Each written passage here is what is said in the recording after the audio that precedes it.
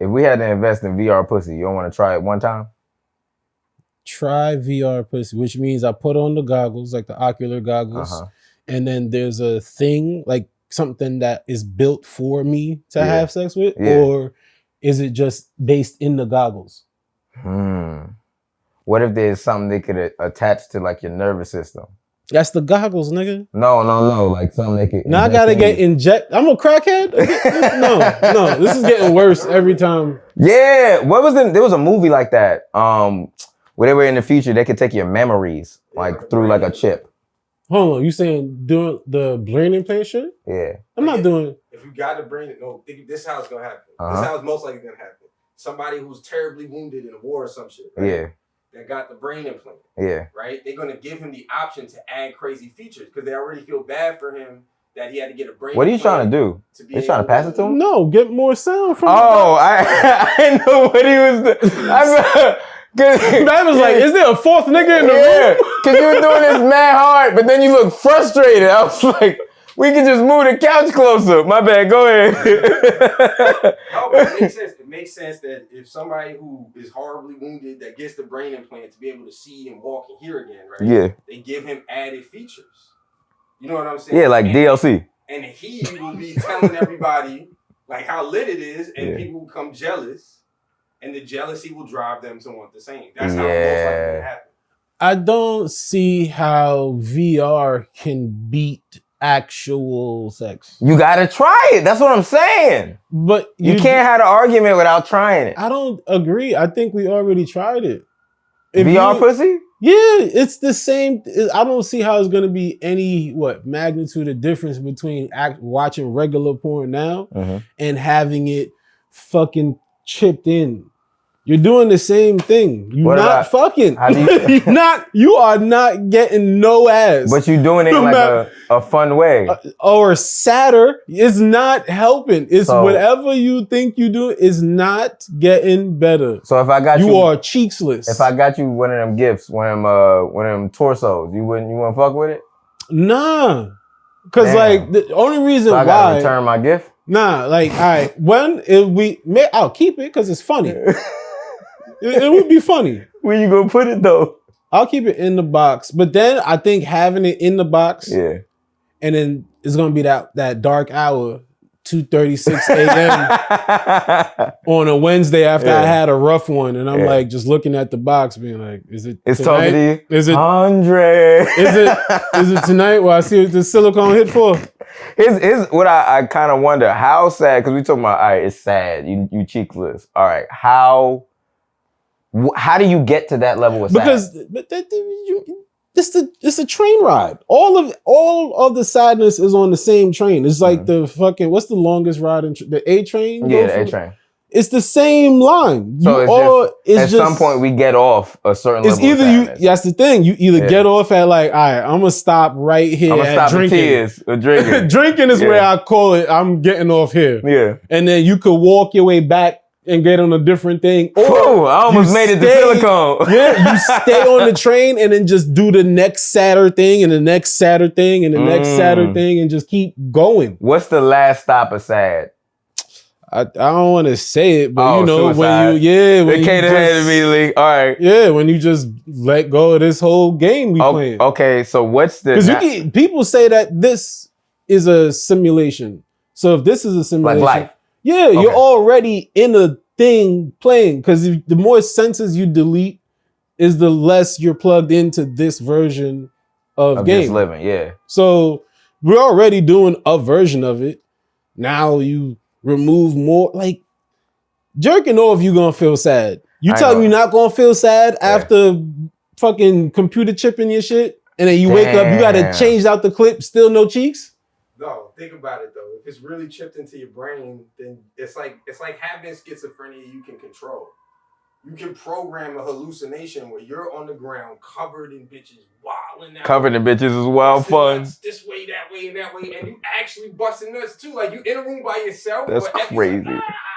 It's better than drugs. And you know what's wild though? Niggas that react to drugs. Yeah. And all they doing is just feeling good. They're not even getting jerked off tangibly by things they can really see. You know what I'm saying? They just feeling good. So imagine that plus the other. When you add that imagery, the one part that fucks me up is I think, how do you come back from that? Because I would try it. That's my point. But I can't fathom, because you said busting nuts on which way. So you saying how you come back, meaning like do regular shit after? Yeah. I'm not even talking about that. Here's the thing. Two things. You said the dude's drugs, they just high, they not jerking off. Yeah. But it's still just you. Whoever you seeing, she's not touching you. So the second you realize, but it feel real to you though. Cool. So in the virtual reality, your hands is on ass over here, and the next hand is on the titty. But who's touching your dick? If there is another hand, now you got to wonder: is there somebody else in my actual room? There's no way that this is good. You gotta take it off. And then all of the girls disappear. Yeah, the taking off process has got to be the most embarrassing. All of the girls disappear. And the nice house leave. Or when you stop paying the subscription. It's sad, Who bro. doing the free trial? The nigga that got the 7 days, his countdown. 7 days. Yo, whoever did the subscription and it's a countdown. He's like, no! Bro, that's some sad shit. You type in your credit card information midnight. Wait. Credit card all greasy. The nigga fucking up his family like, baby, I need money now. You dipping into the kids' college fund. Paying for bitches that don't even exist. Virtualcheeks.net. You spent $3,000. That was different than OnlyFans. But that's my point. Yeah. It only gets sadder. Yeah. This is not helping. It's only gonna make shit I'm trying to bust nuts on which way. That's an actual direction. Oh, it's north, south, east, west, and which way. Which way? Because we all know that means this. Oh shit! It's every single direction. That is omnidirectional. That's so fun. North, south, east, west, and which way? Imagine if your navigation said that. Hey, turn left at all which way? Oh, which way? Niggas in the road doing a donut. Fuck. This is a great way to start the episode, by the way. It's just that it's a sad road, man. Yeah, no, it is. It just can't end well. That's my biggest concern. It's just that I think about that shit a lot depending on what I'm doing. Mm-hmm. It's like, what's the next level of it? Not even just how sad. It's just that whatever it is, because not looking at shit as good or bad. It's just like the next level of this as it progresses. What does that actually look like? And you know what? To that, it's like the multiverse thing. Yeah, like how could it evolve? Because ultimately, you always got to cap it at some point too. And I think that's the hard thing. Like when you think money, but that's not you capping it. That's outside influences capping it for you. Because if you had the money, your ass wouldn't cap it. But here's what I mean. I'm not just saying like amount of money. I'm saying the type of shit you buy. Okay. It's like you have to cap doing things just for selfish reasons at some point. At some point, you got to be like, no. I got to give the charity or something. Now you're talking about responsibility.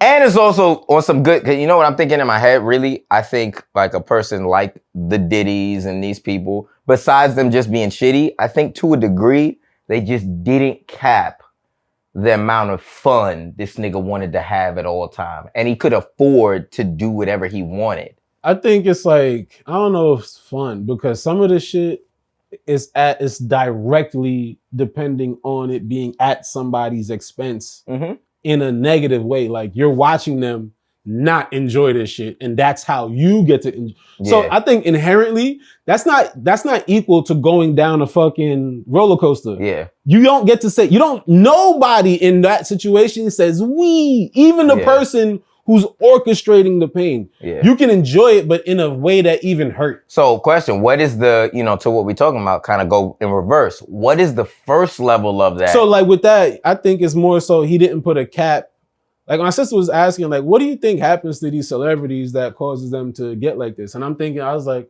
I think you just lose the ability to tell yourself no. Because if you get to the point where a lot of people will agree with you, and then you have money, which is also another type of something agreeing with you. So a lot of things are saying yes. Now, the only thing or person that can tell you no is you. Yeah. You got to say, I should not buy this Peruvian midget. That's wrong. Yeah. If you don't tell yourself. But then if niggas like, it's only $10,000. But that's the thing. It being 10,000 is irrelevant if you have whatever, they say million. They got. Yeah. No, that's what I'm saying. So you really got to be able to tell yourself, I should not.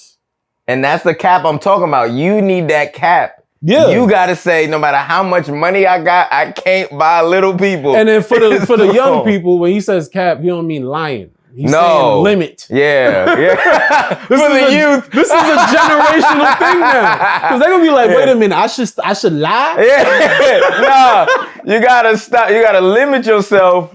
Because there is a point where you like, if you make enough money, because, for real, bro, a lot of this shit, you ever thought about this? A lot of the stress, like you seen the meme when they be like, my mom said we didn't have McDonald's money and it's the 90s and it'd be McDonald's was $1.50. Like we didn't have $1.50. It was cheaper back then. Yeah, but it also accounts for inflation or other shit. But nonetheless, when you like, a lot of the world's problems, at least on a base level for most people, aren't that much money.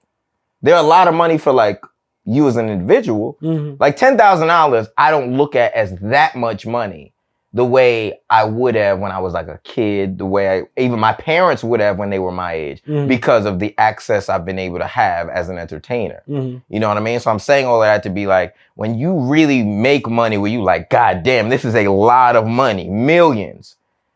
Dude, the amount of shit you could just do?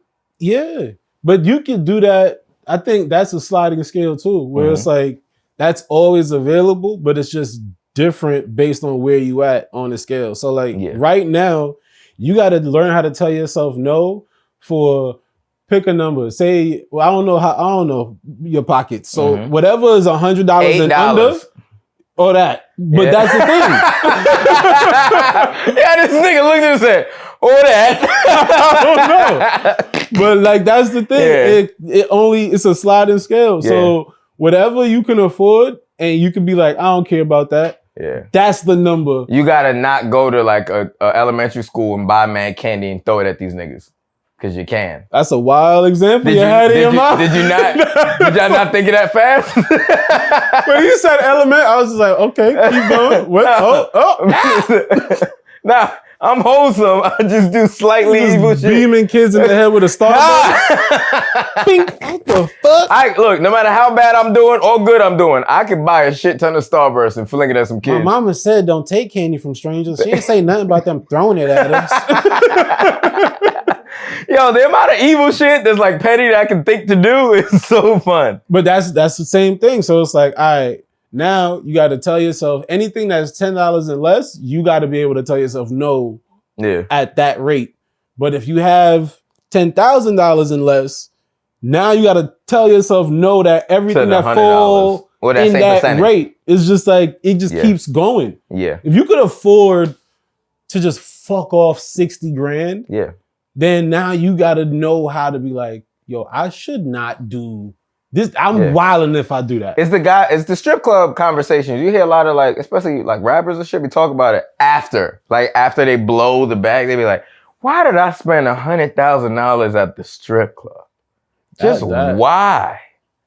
I mean, I think the only way that could happen is you in the moment, everybody's watching you. You know everybody's watching you. So, and then rappers have another thing where they gotta have, it's like you don't get to just chill and look like you gotta be a rapper. You gotta have 40 chains. You gotta have 100 niggas with you. Yeah, because it's so many things. The ones that don't end up on the news. Remember when Kendrick... Or they'd be like, they not cool or some shit. It's Kendrick bought a brownstone a couple years ago and they put it in the news. Like, look, rapper that doesn't buy big ass mansion. And it was like a big deal. You remember this? No. Yeah, bro. He bought just like a regular ass brownstone for his mom and him. Yeah. And it was normal. It was nice, super fancy, but normal. And it was picked up as like a big deal that he didn't kind of waste his bread. I seen something with that with an NFL player where he bought a house for like, I don't know, because it's somewhere in the middle of the country. Mm-hmm. So it's a regular house, but you know, it's just cheaper and like they ain't nowhere around. Minnesota or some shit like that. Yeah, it was middle of the country. He bought a crib for, I don't know, $100,000. Yeah. But in New York, $100,000 house is not possible to find. No. So everybody's like, that's wild. You're an NFL player with a how much contract. But it's like, is it though? It's not. Like, I know people be like, if you had this, you would do it, but or not, bro. Like, there's people that understand this. Their relationship with money is different. Yeah, there's mansions that I was watching the news and they were talking about mansions that are abandoned just because one, people couldn't resell them, and people were just like the mansion that Mike Tyson sold to 50 Cent is abandoned. Yeah, because 50 was trying to sell it too. Yeah, and he was like, he bought it because, you know, Mike Tyson was selling shit. And then he talks about in interviews, he's like, I didn't realize how empty and sad them bitches be when like you not there, shit is falling apart just because you not touching it. Mm-hmm. And you see, it takes up like what would be equivalent of like 30 city blocks. Big as fuck. Like, this is the thing when you really think about what the thing is itself. The house, there's only so many materials, so there's not a lot of differences. You know what I mean? Like, your screws, the wood that made your cabinets, it's kind of the same wood. It's not, you can only, there's not that many. It's wood, it's metal. You can't get that many other options. What's in there? A bed? You know what I mean? So it's like, all right, is your furniture some bullshit that you got to assemble yourself that's made out of plastic but it's painted like it's wood? Mm-hmm. All right, that's cheap furniture. But if you're buying actual crafted shit, you're kind of done. Yeah. There isn't. Yeah. And the truth is, and I forgot where I heard this, but it's like, you can only be in one room at a time. So you got That's funny, you forgot where you heard that at. Yeah, who was it? It was either, I'm gonna tell you, it was either uncle or me. Or just, yeah, that's what I'm saying. Like, that's just regular. Yeah, you can't, I dare you be somewhere else right now. Where am I gonna go? But I say all that to be like, all right, you can have like, you know, a room. And trust me, I want finer things too. Mm-hmm. Don't get it twisted. But yeah. You got a mansion with 20 rooms in it. It's like, for what, bro? But that's my thing was like, I think that is how you know if you're actually getting finer things. Like when I look at clothes and I go to buy something, I'll look at, like I like the brand or whatever. I like how the shirt look or whatever. But I always try to find on the website or on the clothes, if I'm in person, where it says like the washing instructions, because it tells you what material is made out of and shit. So if I see the shirt be a shirt from name a brand that's supposed to be like, whoa, that's cool. And then the shirt is like mad, like 53% viscose and 48% nylon or whatever. I'm like, nigga, this shirt costs $3 to make. You're not gonna play me. Like, but if the shirt says organic Pima cotton, 100% hemp cotton or whatever, like it takes a little while. Canvas at 14, 16, 30 ounces and all kind of shit. And I'm like, all right, maybe this shit is actually worth the 120. So wait, you price it less if it was made from sweatshop labor? Well, that part I'm not involved in. I don't know how clothes get sourced from cotton to my body. The nervousness that you get in your face when I say so, wow, it brings me joy. That's gonna be me on CNN. Yeah. I don't know. I'll be the illest CNN reporter. What'd you do? Just to be, because there's nobody that's just like a human. Yeah. To be like, bro, that was wild. Yo, woo. That's the whole report. You need someone to be like, yo, that shit stumped me. Like, whoa. That's the report. Back to you. Fucking wow. Ain't bugging, right?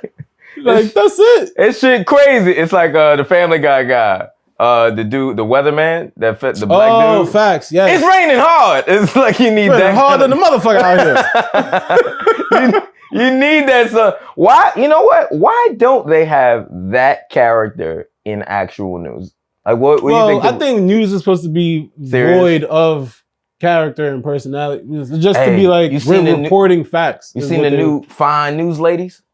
Oh, you mean like this is black South American? No, they coming to the States. So South America had it for a minute. Yeah, like I used to watch Telemundo, and they had it on lock. There's a woman on channel 11, I think it is. I think what's 11? Pix 11 is a CW. There's a black woman on that. She thick. When I say she thick. I follow her on the gram a couple days ago, bro. She thick, bro.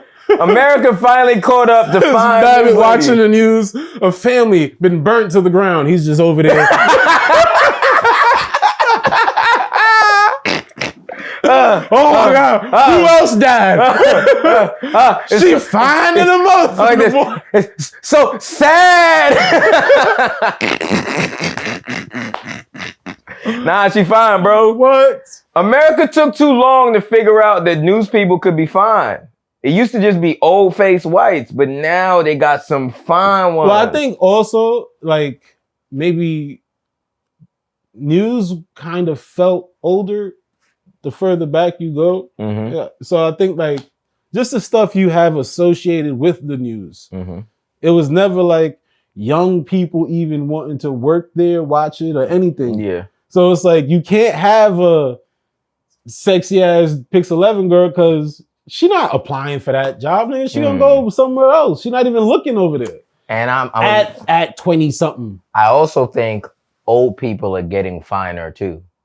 Oh, I did see this, like, I think it was, I don't know if it was like on TikTok or fucking YouTube or some shit, but there was a video showing actors, like people, you know, celebrities today, and then celebrities of the past of the same like age. 50 years ago, that's the same age in the picture or whatever. And wow, like legit, the people, they'll show, I think it was the guy, Otis Redding. Okay. They showed a picture of Otis Redding where he was 28, bro, 29 or 27. Mm-hmm. And when they said his age, and I saw the picture, I was like, you fucking lying. There's no way. I thought Otis Redding was a 41, 43, no, bro. 59-year-old man. You realize my whole life. Yo, Martin Luther King died at 38. And he was like the older of them, of that era. Shit different. He was an old man at 38 to them. 38 for us ain't that old at all. You know what I mean? So every photo you see of Martin Luther King looking old as shit. He mad young relative to us. Bro, it's bananas. Just how. So to that, I think it's also the same with like the jobs. So it's like if old people were getting news jobs, you looked old. Now you still fine, even though, because it might have been the same thing. They might have been a news anchor just at 30. Yeah. But 30 then versus that's now. That's kind of odd, because like you see, like this is going to be a tough word. Let me focus. Statistics. That should be catching me. I'd be like, is it the gap in the teeth? Every nigga I know with a gap struggles with statistics. You did just say you just said it. You see me look. I got a mental gap in my teeth. This nigga had a mini stroke just now. He said statistics. Get the fuck out of here. Suffering second that. But go ahead. What are you saying? But no, like I see they have like the studies showing that the examples at least showing how people aged in the past versus how people are aging now.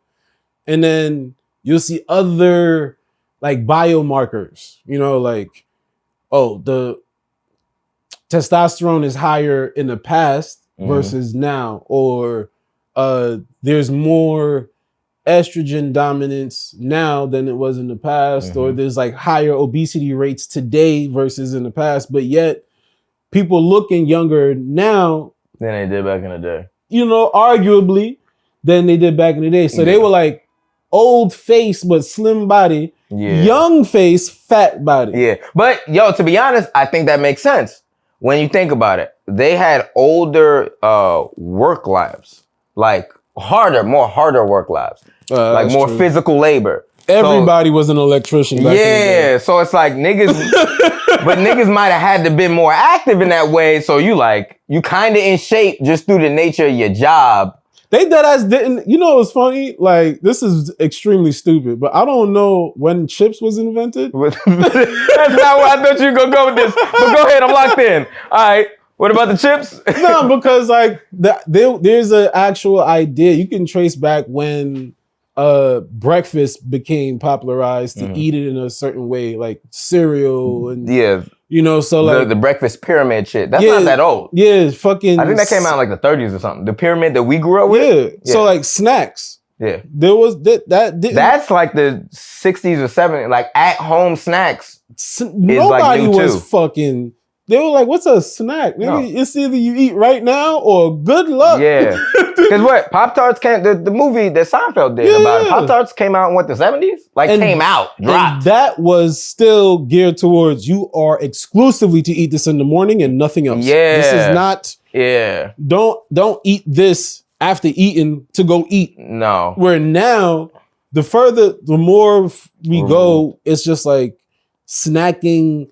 You have the food, then the appetizer, then the snack before the food, then the snack after the food, then you got the palate cleanser, then you got the dessert. And sometimes you can just have snacks all day. Bro, snack. Because after you eat dinner on the same block, there's a corner store that sell every snack possible. That didn't exist. Oh shit, corner stores didn't exist. That's what I'm trying to say. Like chips, nobody was, they're like, you go back to 1910 and show up with a fresh bag of Doritos, you fucking up everybody's life, nigga. Give somebody Cool Ranch in Nazi Germany, they gonna let go whatever they got. They had canned shit. They had candy.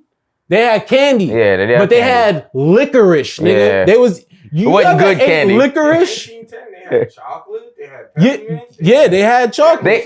They had the OG candy. But that's what I'm saying. They had it was actual peppermint oil. And some other shit. Sugar and shit. So true. It still had sugar and shit. But it wasn't.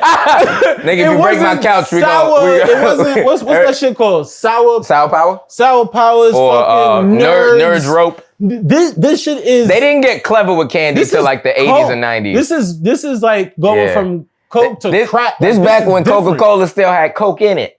Yeah, like this is different, bro. Yeah. You give a motherfucker. Oh, that shit probably hit. I'm not saying I want to do Coke, but OG Coca-Cola probably hit. Not Jawbreakers. The other one. Jolly Ranchers? No, it's a sour thing that you always see it.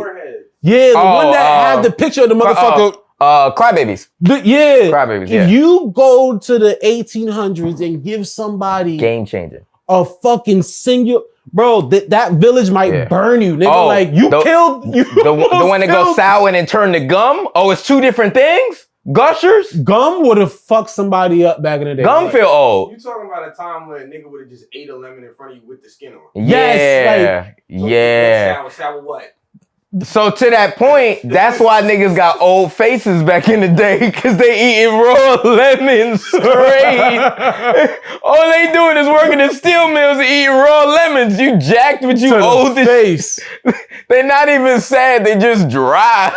That's crazy. A lot changed. No lotion is a huge thing. Yeah, we use more of that now. Like moisturizer, skincare, like being active. Even the fact, I mean, especially for men, like there was no that's still kind of new for us. Like that's what I'm saying. There was no skincare. No. I blame it to lotion and cigarettes.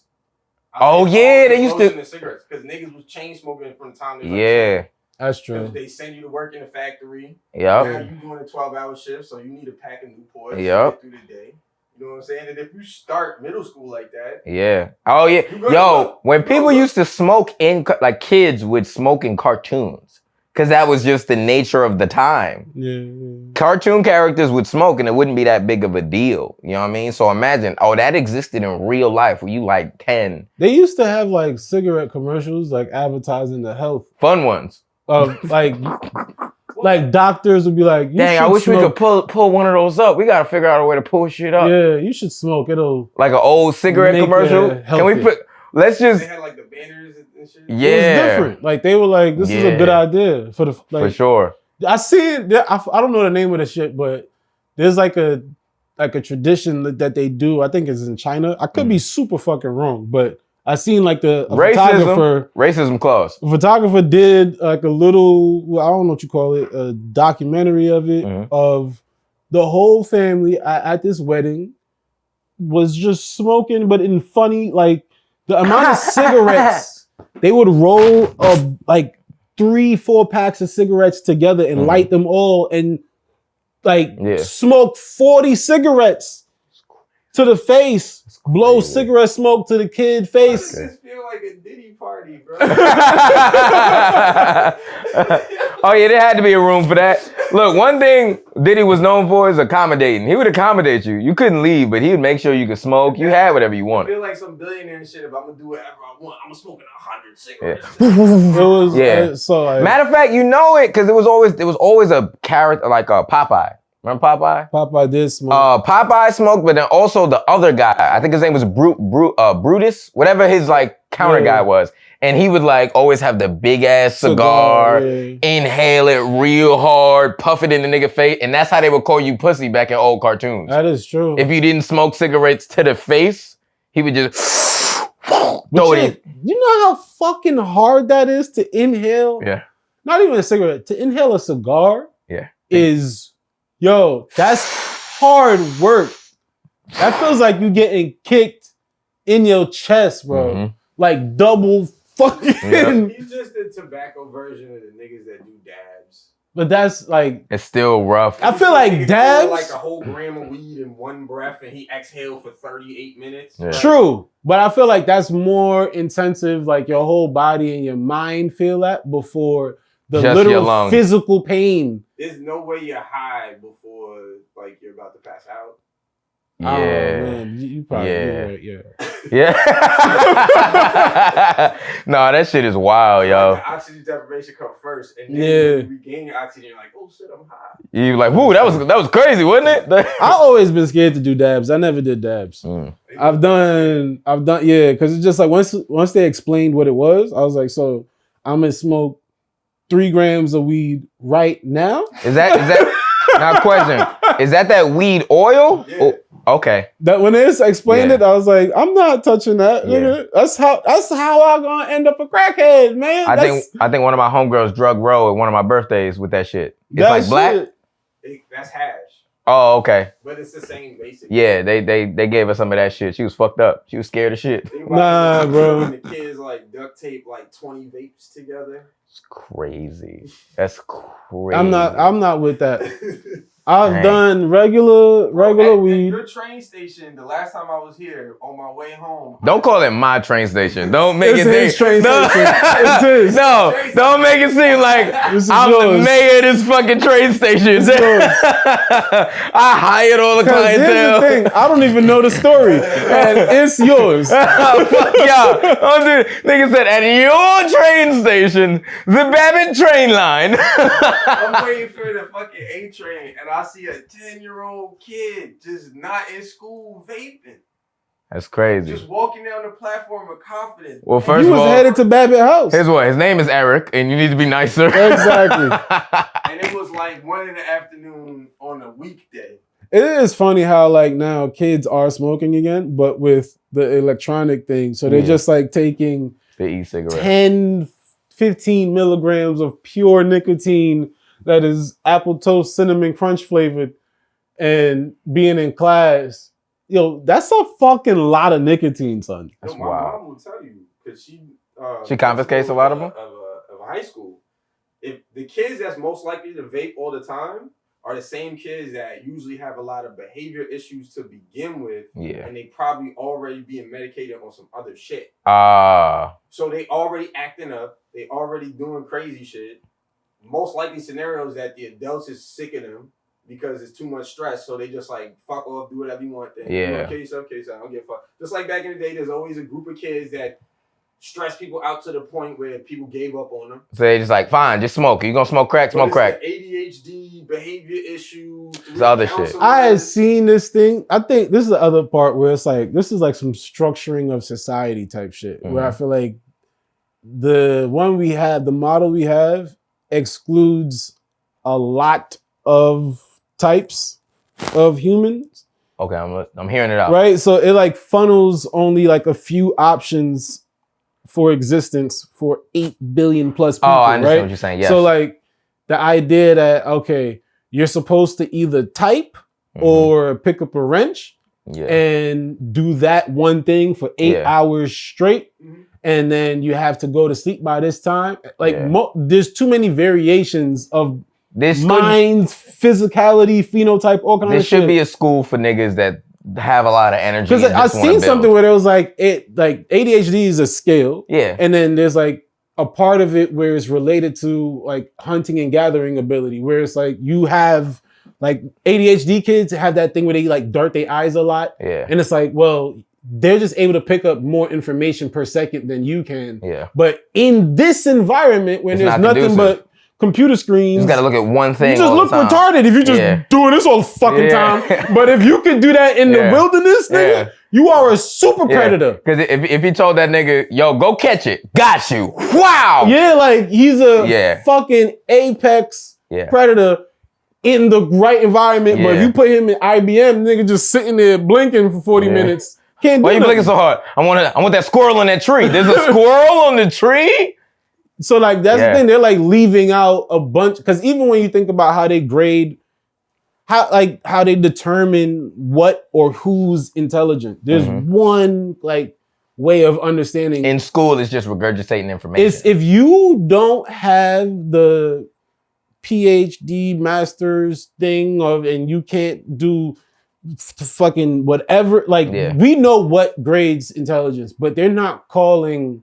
Look how like, to get somebody to call LeBron James like genius, they're like, nah, you fucking dribble, nigga. And meanwhile, you can't get your hand to agree with your body. You can't. Well, he's called a genius in basketball. But that's what I'm saying. But they undermine it by saying it like that in basketball.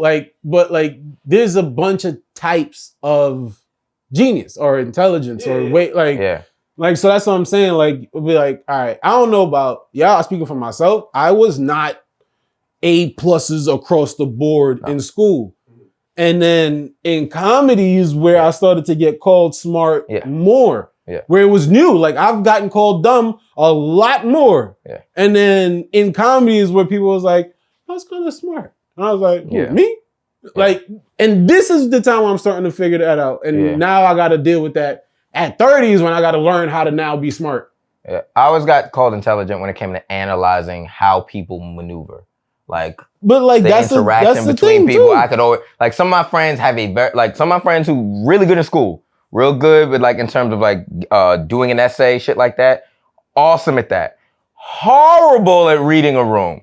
Just can't read a room for shit. And you're retarded at reading an environment. Why do you not know if you talk to this person this way, you might get, like what we talked about in the last episode, might get punched in the face? Like, why do you not understand that? And that feels like a natural ability that you should give more credit to. Man. You know how to not get punched in the face? Kudos to you. Like, I think that's the thing where there's just like not enough ways to gauge. Like, I always look at like anime, because anime is like, it always has different classes, different skill types. And it's the same thing. It's like we all are useful, but the pathway to useful is there's a bunch of schools, because we understand that if you know the whole thing with like Saiyans and Dragon Ball Z. Okay. Bleach because certain anime Bleach is the sword one, right? Yeah. Yes. Okay. Like Bleach has it. Hunter x Hunter has it. Fucking My Hero Academia actually. My Hero, Dragon Ball Z, Jujutsu Kaisen. No. Like the anime itself shows a school of. Oh, so then Naruto. Yeah, Naruto. Yeah. Like they show you in the thing. Like this is that kid has to go here because it's good at this. Yeah. And that kid go here, which is like what we have. Is the hero type, there's the helper type, there's the niggas that their superpower is helping other people with superpowers. Yeah. Which is equally as valuable. Different. Yeah. And we have it, but we don't glorify it to the same degree. Yeah, but I feel like it's just geared in one direction for the most part. It's kind of like if I only look towards this direction, I miss a lot of other information in the room, or at least possibilities, options, and all kind of shit. So I think that's what happens where they just don't utilize everyone. Yeah. The ADHD niggas literally just, hey, this ain't your school. Go to the school where y'all got to do some other shit, run around for a little while, and then solve a problem. Because they can do that. ADHD school probably should be like, of course, it's going to be ran by the ADHD whatever person. That'd be super funny. That grew up. Yo, if your fucking principal fast as shit too, that's like what I'm that saying. nigga running that around. School isn't, it's not in a building. Yeah. It's probably outside. It's already at a park ground that's, you could tell that park is built for niggas that got energy. But it's like, yeah, I get it. You know, people probably I'm very excited. I'm very excited about. I would love a school that focused on a nigga with, because I have mad energy all the time, even now. So it's like, if I went to a school that purposely focused and said, hey, you want to run, because I used to ask my teachers all the time, hey, can I just go take a walk real quick? And it's not that I was like fucked up in any way. For kids just to be like, can I sprint? Yeah. Hey, can I go running really fast, please? And my teachers would give me a moment to go walk the hallways. Just like, I'd be like, yo, I can't be here no more. I'm not going to get nothing else done. I need to walk just a lap. And I'll come back and I promise you I'll be good. Come back sweating, holding a squirrel. Ready to learn. Locked in, bro. Locked in. Yo, but I got a pigeon in my back pocket if you need it. We cooking eggs. He stole some eggs from a tree. Yeah, I had energy. But legit, like, no, that'd be awesome. That'd be so cool. I think that's a real thing where everybody isn't utilized and pointed in the right direction. And you're not dumb because you're not good at this particular thing. So like I think about this too, where like Star Wars, right? Mm-hmm. Not when they're showing like the Force and that type of shit. No, I'm talking about like when they go to like the intergalactic meetups, where they show every available, a zebra with 6 arms, a slug that can talk in a language, and nobody can actually get called ugly or dumb because you don't understand that species, bro. Yeah, that thing crazy? Could be something crazy. Over there, I just don't know what the fuck that thing is. It's funny. There's always a scene like that too, where like a Star Wars, where it'll be like a slug monster, right? And the slug monster would be like ugly humans, all small. Like he's saying it in their language, and they like, ugh. You like, ew to me. Look at you! Legitimately, bro. Yeah, and that's also I think you learn that the more you travel, like how much whatever you are insecure about, if you go to another place, it's a highlight. And then vice versa. Whatever you feel like is a superpower, like being a great athlete doesn't matter as a stand-up. It's cool, but it doesn't matter if you can fucking ball as a stand-up, but it's cool if you can bring them together. Now, in your arena, that's fucking fire, and then vice versa. You know what I mean? Just imagine a dude being on stage bombing and it said, fuck it, started dribbling. What about this crossover, though? Doing a hezzy? What is it? He having a seizure? What is he doing? You know how like, I love the American Got Talent auditions where somebody's singing and they start bombing and then out of nowhere they just start dancing out of Yo, and it's funny because it's never good in the dance either. When they give up on what they came to sell, like, what about this? Whoa! Yeah, that whatever voice that is in your head that does that is hilarious. That is funny because that definitely is the voice going, oh, yo, dance now. Yo, now. And no, it goes, abort, do the move.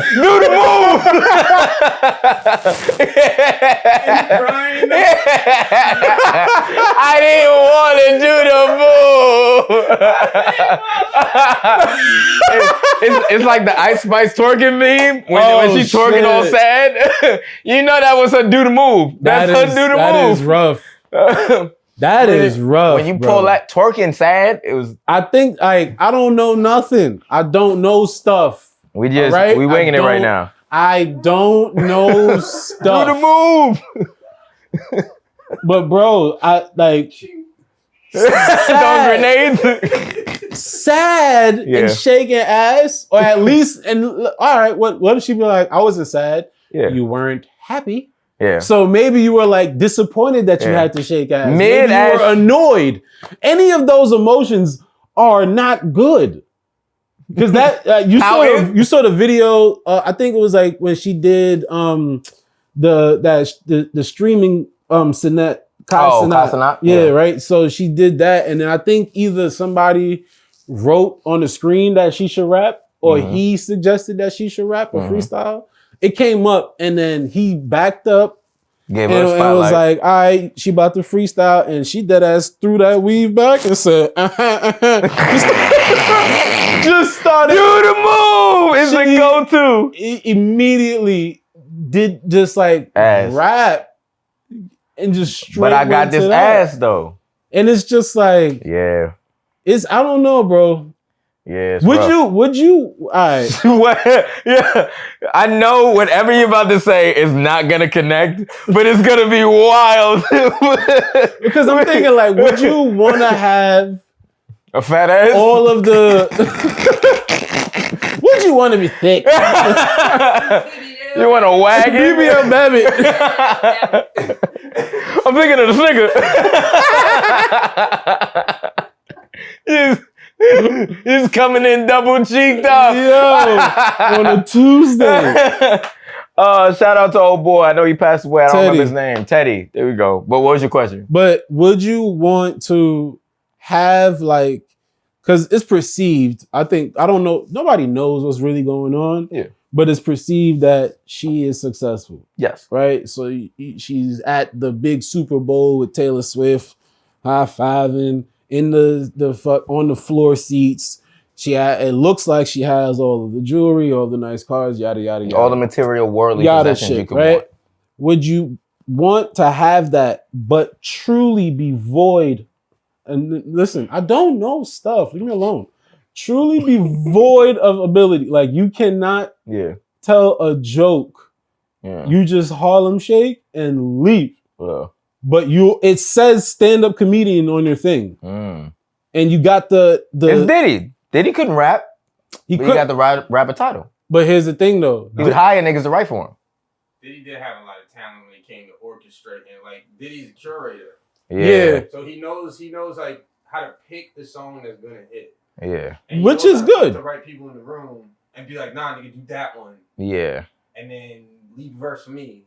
Yeah. And then even that, like, they still, whoever he did have conviction whenever he did somebody else's line. It was something, because even if it was that where she wasn't the writer, but she knows how to, like, everybody can't rap everybody's shit. Isn't there certain songs where you can rap that shit word for word, and then there's another song where it's like, it's an impressive song, but it's like, nigga, you are doing this, you're too good at whatever this version of word, I can't do that. Busta Rhymes, Eminem, like Twister. That speed rapping? Yeah. Whoa! Twister. It's even some Wayne verses are like just hard to get. Yellow Wolf, Eminem. There's a lot of Jazz-O, Big L. There's a lot of fucking Punisher. Yeah. Yeah. Punisher was known for when I flip it and it's just Andre like 3000 in some degrees was like, because he has a more casual cadence, so you can get it out, but even sometimes it's just hard. You be like, oh, how did you? He got some verses that are exactly. So that's what I'm saying, right? So even in that's still a thing. Like, if Ice knew to get, there's women that will pen some shit for her. That's some rapidy rap shit. Them girls exist. Yeah, no, for sure. They exist. That they will put bars on your ass. Yeah. So she could have got one of those writers.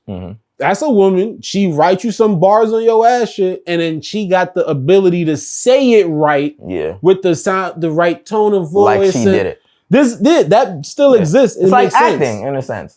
I'm not mad at it. Yeah. But listen, you're not even the shit. I'm the fart. I'm the poop poop. Like, that's one of her songs, bro. Yeah. I'm not trying you to. Ain't the shit. I'm not trying to. Yeah, I'm not trying to be foul. That dead ass is the lyrics. Like, I'm poop poop. I'm fart fart fart. Yeah. That's rough. So now you throwing ass on top of poop poop fart fart. It's not that far in terms of distance. But that's what I'm saying. Like, so now, would you be the comic that's okay with being poop poop fart fart? You got a Harlem Shake, but you got the bag. You got the bag. You mean whoopee cushion? This shit is terrible. Would you be okay with that? I guess I would say no. No, I know I was. And I'm not saying the alternative you have to be destitute. No, just like, would you see that as no, because I'm already talented, so it's hard for me to. Would you trade that? Would you trade to be, all right? Say you grade yourself. You are a level fucking out of 10. You are a 10 comic. Yeah. Right? Would you trade that to be a 2.5, but have the bag, the fucking the fan base, everything? Nah. But it's not like I'm saying be 10 and have nothing, because I don't like those arguments where it's like 10 is still great. Yeah, you could say you have 10, but 10, you make 300 grand a year, decent living. Yeah, you are not starving. Your kids is not eating out of. They good. Middle class. You got good organic food. You could take a nice vacation. Yeah, life sweet. Your mama nice. She good. Yeah, wife good. That type of shit. Like the life of an average dentist. You good. Yeah. Or you superstardom. Fucking but trash as an artist. Fuck dog babooty. Nope. Because once again, because I know the feeling of being good at a thing, and when times are hard, when you can say I'm good at something, like you do stand up. That's respectable, bro. I like that. And you know it. That's when cool. Shit get crazy, because that's what I think about when it comes to these kind of questions. That's it's always, when I'm down, which one is a better option? When I'm down and sad, if I do a show and an audience is like, because this has happened, they like, yo, you made my day with some shit I thought of, and like they bring validation. Cool. That's cool. Nothing feels better versus if I was down and I'm like, I'm crying, and audience is like, he's kind of trash, but I got money. That don't do nothing. No, I think the difference is, you're talking about the talent being trash. Yeah. But whatever the move is, when the people say do the move, the move is so viral that the people demand it, they crave it, they love it. So every time you do the move, standing ovation, thunderous applause, people lose their fucking mind because they can't believe they was in the room when you did the move that they seen on TikTok. Oh, it's Hammy the Bear from Top 5. Oh, remember that? That's why Ice Spice can walk in the room and do the move. Yeah. And lose their fucking mind because they seen it. Yeah. It's like a legendary thing. It's like a wrestler. Yeah. Like if The Rock gave you like the people's eyebrow. But in every medium, like in every movie now, he still did the people's eyebrow. No. See, even that, it's like, I think that challenges my creativity, where it goes, I don't want that either, because it limits me to the possibility of becoming even better than I currently am. You know what I be thinking about? Even Schwarzenegger was like, "Y'all not gonna cast me about my voice. Fuck out of here." Yeah, I'm gonna be a child's toy, nigga. Fuck you. Even though I sound like though I sound like this, I love your mother. He wanted to be in rom-coms. He's like, I am not gonna just be the strong, weird voice, nigga. Fuck out of here. Because if it was Hollywood, they just would have made him a bad guy in every film. If he would have stayed with just the voice and strength, he'd have been a bad guy. Good guy or bad guy, he just would have been a powerful person. Yeah, but he wouldn't have got, I'm not saying he has range as an actor, but he wouldn't have got the option to try. He gave birth. He was pregnant for a whole movie and gave birth. I say he got some range. That's crazy. What movie is that? Maternity shit with the big belly going down the stairs. What movie is that? I walked up. Literally. Wait, what movie is this? It's a movie. Arnold Schwarzenegger was pregnant? They did an experiment on a nigga to see if they could make a man pregnant. He was the experiment nigga. And then he gets like pregnant. He's like, I'm keeping the baby. And then I'm keeping the baby. That's Jamaican ass Arnold. I'm keeping the baby. Yo, out of context, baby. The child's mind. There's a part where the corporation is like, when you signed that paperwork for the experiment, you became property of the corporation. We own you and your baby. And he literally body slams the nigga and runs off pregnant. I'm keeping this blood clot baby. The baby is mine. You can't have it. I'll be back. You know what's funny? That is how a Jamaican would say that word, that sentence. I'll be back. If he's trying to be American correct type Oxford English, he would have to say, I'm supposed to nigga just Jamaican this whole time. I'll be back. He a white Jamaican. If he's speaking like Patois, it would definitely sound different. I'll be back is different in Patois. But like if he's trying to say it in English, it's the same thing. Back. That's so it's exactly funny. how it would sound. But yeah, I you know, to your question, bro, I would not want the superstardom to compromise my ability to evolve as an artist and, you know, to be strong at a craft, because that holds more weight to me than anything. I think it would actually drive. I think that's what I'm saying. Like, I think that's how she had that look of, even if she could say, I'm not sad, I'm not depressed or nothing, you weren't having fun. Yeah. That's that at the bare minimum is like, that's kind of rough, bro. To like, you're performing and you're genuinely not having fun. You're just at work. You feel like you're performing. Yeah, like you're just doing a performance. Yeah, she's just at work, bro. Like that's a different thing. This is a shift at the Gap for her. She's just at the job like today. Like, you know that feeling as a stand-up, bro, when you write a new joke, like let's say you wrote some shit today, you try it today, and it works. Yeah, it's fun. How happy you get. It's like as a musician, when you do a fucking chord or something that you didn't put together before, and then it hits and you watch the audience go, oh, you be like, It is fun, yeah. Nothing, I literally can't, nothing beats it. Yeah, no, Sex don't beat it. Literally, because you can't even really describe it because it's different for all of us, but I know we all have experienced it where it's like, that is true. That shit hit. Nothing feel like as good as like a hot set, yo. Yeah, nothing. A hot set is fun. It could literally change my whole mind and energy. Yeah, I could be down, somebody pass away. I have a hot set, not saying I forget, but I'm like, life ain't that bad. It's fun. It is definitely. So I would never trade that feeling.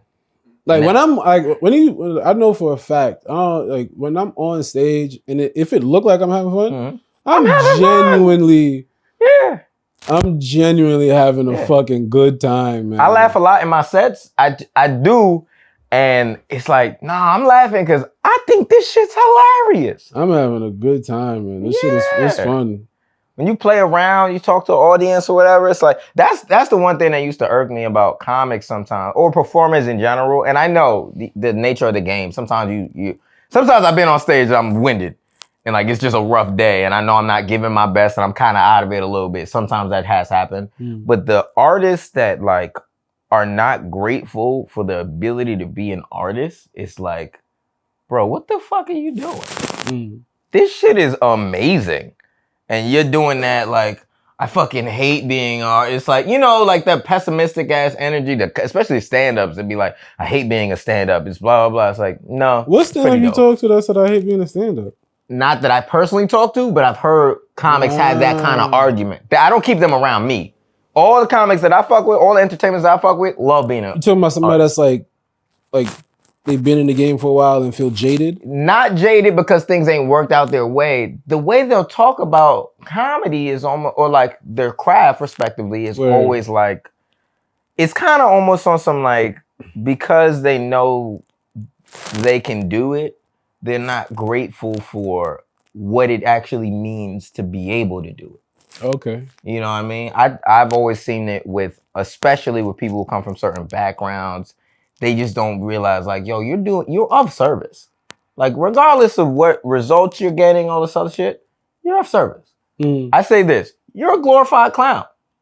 I don't mean it in a negative way though. I mean it like, yo, the way you don't want a fucking sad clown pulling up to your birthday party being like, oh. If the funny comes from the sadness. That's fine, but these niggas just be making balloon animals with a sad face on, mad at you that you hired them. It's like, yo, stop fucking, especially comics that be on stage like, yo, why, I hate this place. You like shitting on everything. Like, I get the idea behind glorified clown, But you hate the way it sounds. I understand. But there is a resentment for it. Just because it's like everybody is afraid of public speaking at the base level. Yeah. Public speaking, not having to elicit response speaking, which is stand-up. Mm-hmm. I'm speaking and it's expected that it's gonna it's not gonna get you to laugh. It's gonna make you laugh. It's gonna make is the opposite, like pulls it out of you. This shit is happening to you. You had a straight face early all day. And then I have to configure. It's magic. Words, convey ideas. I gotta make you think some shit you wasn't thinking that I'm thinking that I thought, and I gotta make you feel it. That nigga, you listen. And if you comics gotta be treated the way like artists of all kinds are treated. Like musicians, bro, like sculpt. Like look at me. Craftsman. Like yo, you do something fucking ridiculously difficult. Yes. I am shaping marble. Stop playing, bro. For sure. Craftsman. Like, stop fucking playing. And of course, when I say that, trust me, you know that's not the end. It's just that I know how people receive it. Yeah, people like you hear all the time, like some fucking dickweed that was in some other industry that failed at that is like, I still want a chance at this, so let me go try comedy. I could be a comic, yeah. And they treat it like it's in the back pocket of options. It's like if you don't get your flat foot stink ass out the fuck, get the fuck out of here. But see, my encouragement always goes that person. I always go do it. No, of course, because you're gonna suck ass. That brings me so much joy when I see a nigga bomb for real.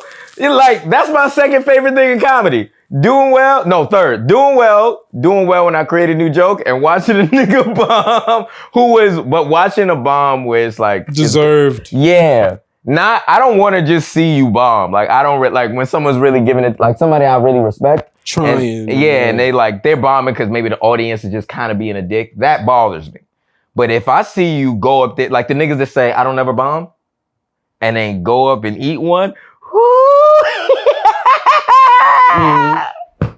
that brings me joy. Yeah. Because it's like, but I think athletes and everybody who does anything well or even decent says, who do you think you are to just come into this fucking arena and shit on it like it isn't difficult?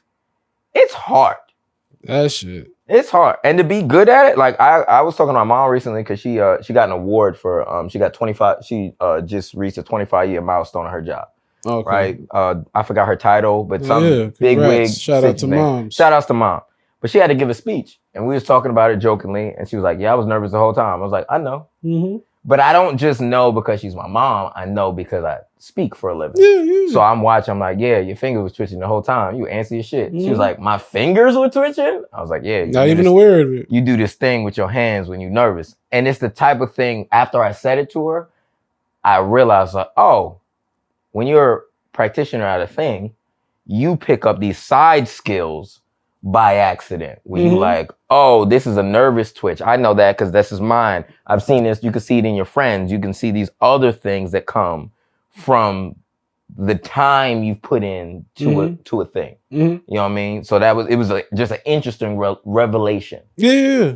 And it's like, I think if people have, like with sports, people know they could just see somebody dunk and it's immediately obvious I can't do that. Yeah. So then they go, it's a submission, like, fuck, you got it. Our training is all internal. So that's what and then the better you are at it, it look like it's not hard. Yeah. You just up there.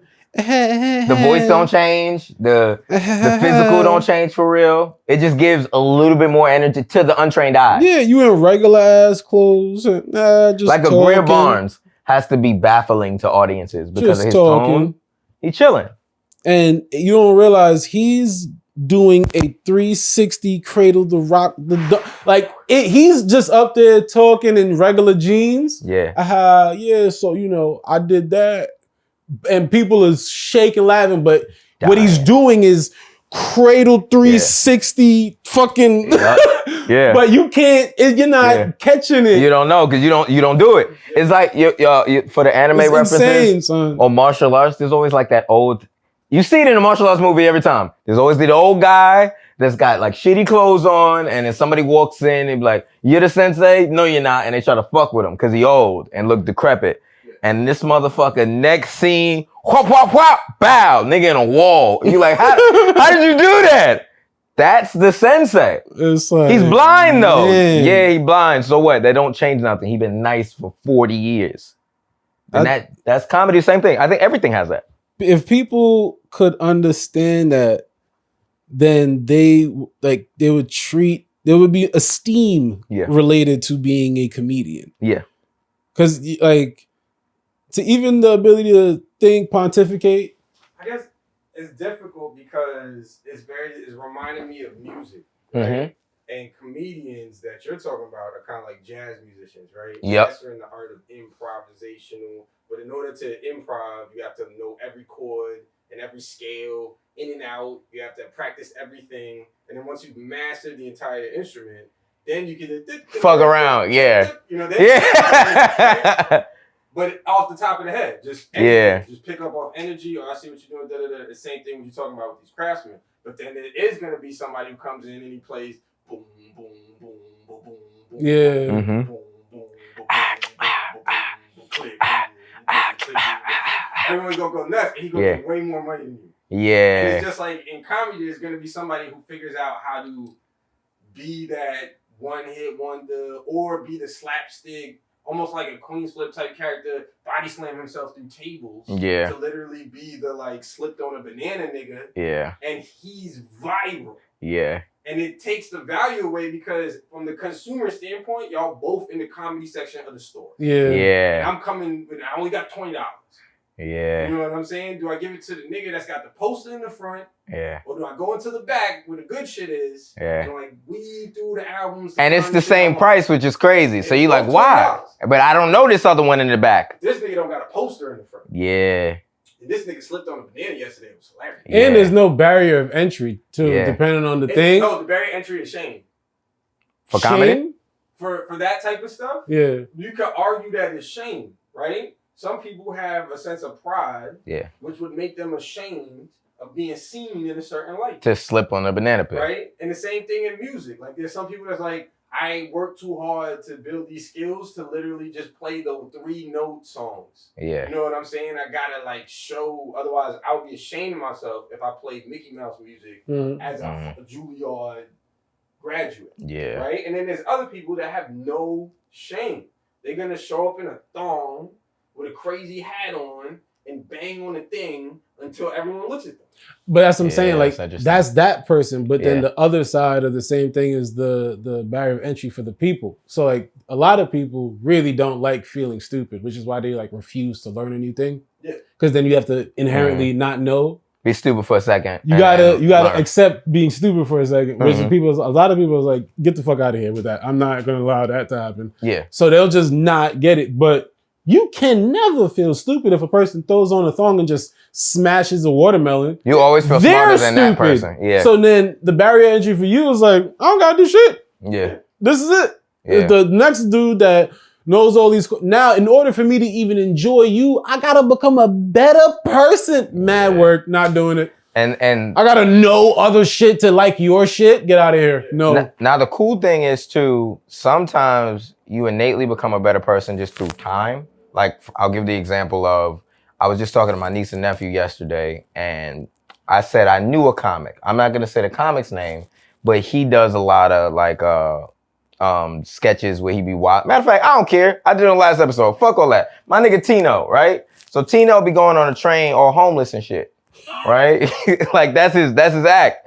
Now we were talking about it, and I was like, oh, I know him. My niece and nephew lost it. You know him? He the king of New York. What you mean? Now keep in mind, they both like 14, 15. So they looked at him like, yo, he's lit. He like, yo, he lit, blah, blah, blah. Why? How do you know him? Wait, he homeless. You know him? So now they judging me a little bit. You can hear it in the voice. And I'm like, whoa, wait. I know him through comedy. I'm nice though. My nephew asked me, he was like, you wouldn't do that with him? Why don't you do that with him? I'm like, because I'm nice as fuck. And I'll be damned if I do that shit. Yeah. And that's no disrespect to T, but it's just how to what you said about the shame thing. Yeah. I'm not, because but what's interesting, once I gave them all this information, they were like, wait, he's not actually homeless? I'm like, no, it's a whole act. So now they innately had to learn because they're young. And then they did this. They were like, wait, but why would he do that? And then I could see in their face the switch of like, oh, that's not cool no more. They're like, you mean he sets up a hammock and does this crazy ass yelling at people on the train? He not really homeless? Yeah. Damn. Yeah. And then that's when you as the artist be like, I'm fucking glad. And I told him, I was like, hey, I could do that, but how would you feel? It's fine for me, but how would you feel if you like, my uncle, the homeless dancing nigga? And this is no disrespect to T. Is that, sorry. That all boiled down to my fault. I'm sorry. I might be that for this podcast. Yeah, why would I be a bum ass piece of shit? No disrespect though. Yo. and you know what? You know what's fucked up? He can't even talk. I love this nigga. I do. It's fucked up because Tino used to, I think if anything, it hurts me to see because Yo, y'all understand what I'm saying? Hold on. Let me try to clean it up. No, but you don't need to go fund me. Like it's for me, it's just like I remember Tino from the open mics. He used to fucking be the guy that like would bring snacks and shit to the open. He showed so much love. So it's like it's kind of rough to see a nigga go from fully dressed to fully homeless in the same interaction, and it's to do the move. Because I watched him go from fully dressed. I saw him at a live show. I saw him. He was like, "Yo, what up, Babbitt?" I'm like, "What's up, man? How you doing?" He's like, "Yeah, he did this. Yeah, I'm about to do a thing." I'm like, "All right, go do your thing, bro." And then he got undressed, put on homeless gear, and then rushed the stand-up stage to do 5 minutes of one-liners. And he could have just did the one-liners. Yeah, but now you're saying he could have just did the one-liners. Yeah. But you said you knew him at a time where he just did the one-liners. He was doing the one-liners, but he was dressed. So I'm guessing, I don't know stuff. Yeah. I don't know nothing either. I could be completely wrong, and I'm dumb. He a figment of my imagination. This imaginary character is doing the one-liners in his dress years. Yeah. Right? His dress years is crazy. Like his wonder years. You know, it was an era in this era of time where he was dressed, but the response was the response. And then he goes, Thomas keeps going. And as everybody does, he's like, how do I get to the thing? And then he goes, what about this? All right, that didn't. How do I? And then eventually the thing that he stayed on wanted, the train to what you said earlier. He got it one time. I'm sure it came up through a one time. He did something that was kind of close to something that was there. Mm-hmm. And then it got the response and he goes, I got something, but the other shit didn't. Let me see what happened if I do this. And then did a little bit more. And it got a bigger response. Got a little more homeless, bigger response. Got a bigger, and he goes, "Well, that's the one. That's the ticket." Yeah. So now, maybe there's. I don't know. Maybe he's introducing now the one-liners, homeless, and maybe eventually, what if the one-liners get good enough that he could put on another article of clothing? And he reverse. Ooh. I don't know. See, and that's why I say maybe I'm just a fucking hater, bro. And that honestly, it's not necessarily hating though, because even the way you said it, you talked about one of the stories where you're like, he said, "Yeah, I'm about to go do the thing." So you're based on that. If this is how it happened, it sounds like a person going, "Yeah, I'm about to do some shit that I don't really want to do, but it's working." Yeah. And then that's at least what I felt.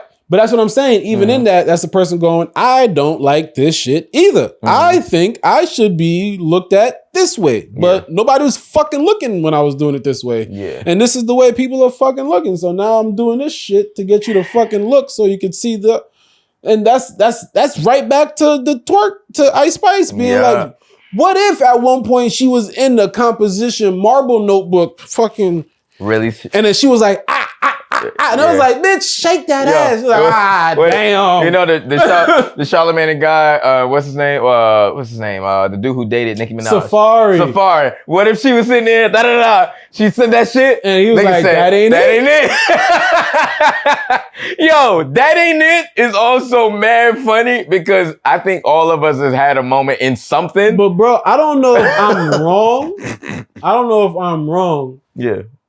But then after the that ain't it shit happened, that's when he was popped off. Not popped off. That's like months after. I could be wrong on the timeline. I feel like that ain't it happened, and then all of a sudden he was naked on the internet.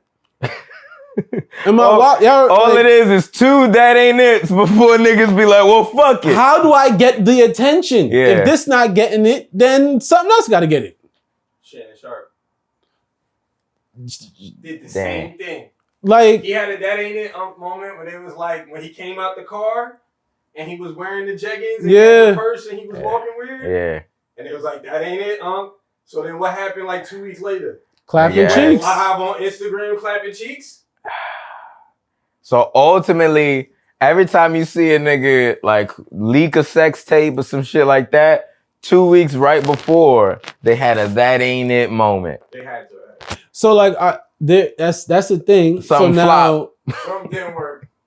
Yo, if this happened back in the day, nigga. They had the sex tape from mad long ago behind a glass case. Wait, breaking case that ain't it.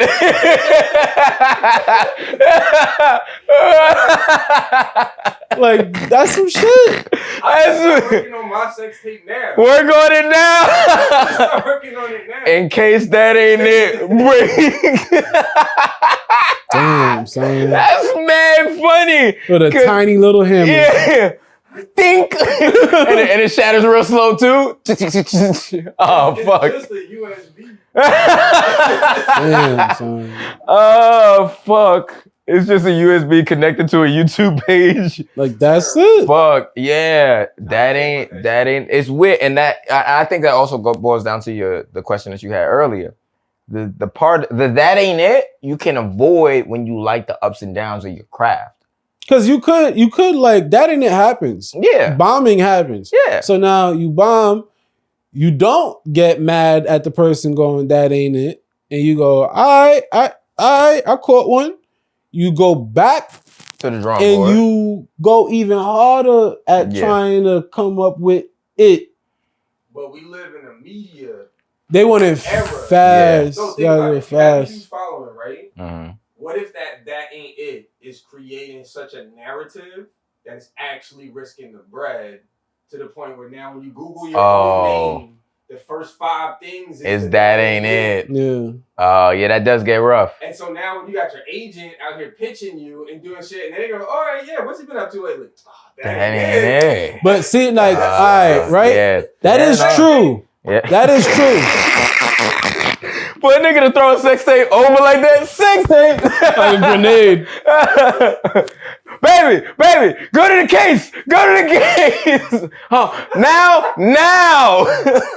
Or it's a button. You just, it's like, you just hit upload. like the Men in Black car, the red button in the seat. All right, push the red button. That ain't it. But like, that's the thing. Or, because like, that's a thing that's serviced through being afraid. Right? That's a fear service. Like, that's the only way you get to that is through being scared that if I just sit in it, if I just allow this moment to happen, right? I don't know why you position like you trying to fuck something. That shit that was fucking wild, bro. That ain't it, son. That ain't it. That was crazy. This nigga got up. He threw the mic at me first. Threw the mic over here. And then got up. Fucking jingled his drawers a bit. and then sat and got, what the fuck were you getting comfortable for? I'm gonna call your wife for help. I am scared. I'm not gonna lie. What the fuck was that? We were sitting down too long. I was hot. it's my crib, bro. I'm not gonna lie. I didn't say nothing, but I thought all of that in my head. Well, I was like, I didn't say nothing. But if you look back at the tape, my eyes said, what the fuck did I just do? What was that? Because I literally said, God damn, nigga, I'm tired of having clothes on. But because I'm in my house. That's you did all that and then posed like it was an Old Spice commercial or some shit. What the fuck? Like you was holding chocolate. And a rose in his mouth. Mi amor. What the fuck was that?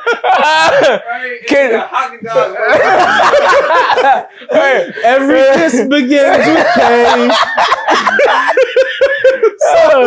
Can your man podcast like me? Yo, what the fuck? I just got tired of sitting upright. This shit was fucking with me. That's all it was. Crazy. It did fuck me up. I'm glad you addressed it because I didn't know how I was going to. I wasn't going to say shit. And then because I had to do this shit, I had to flare this out. I look like a fucking matador, nigga. Whoa. That shit was wild. You having a good time? I am scared to. That's what happens, bro. You got to get off the train a little earlier. Yo. That type of couch, man. Oh, shit. He's trying to get casted. He's trying to get casted, bro. So you saying that ain't it for real? Damn, oh, fuck. Oh, I'm hot. I'm glad. Sometimes you need other people to address. I felt it. I promise you I felt it. I just couldn't say shit. Fuck, bro. Cause it'd been wild if I said it. I'm like, hey, nigga, I just did mad wild shit just now. Oh, fuck. Thank y'all. Wow. So expecting 2 weeks. That ain't it. I am not getting on Instagram, bro. I'm gonna just keep trying to collab with this nigga Dre. Yo, collab. I'm telling you, bro. Collab. 2 Tuesdays from now, I am not signing in. It's off. I'm deleting it. I'm off, bro. Oh, fuck. But that's so funny. I'm going to text you the screen record. That shit is crazy. That is crazy. I forgot what we was talking about. Nah, the whole thing of dropping that tape.